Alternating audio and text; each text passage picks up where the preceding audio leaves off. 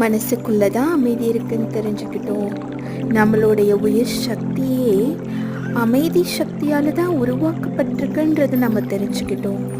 இப்போது அந்த அமைதியை நாம் எப்படி உணரலாம் பாருங்க.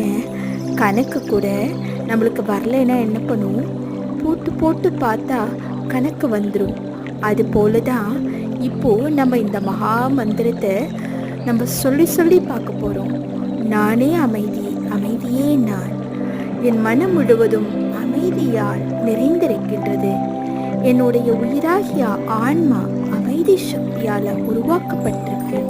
இப்படி பல முறை நாம் திரும்ப திரும்ப பல நேரங்களில் உட்கார்ந்து உணர்வு பூர்வமாக சொல்லி பார்ப்போம். என்ன நடக்குதுன்னு பார்ப்போமே. ரொம்ப அற்புதமான அமைதியை நாம் அனுபவம் செய்வோம். கமெண்ட் பண்ணுங்கள் எப்படி இருந்ததுன்னு.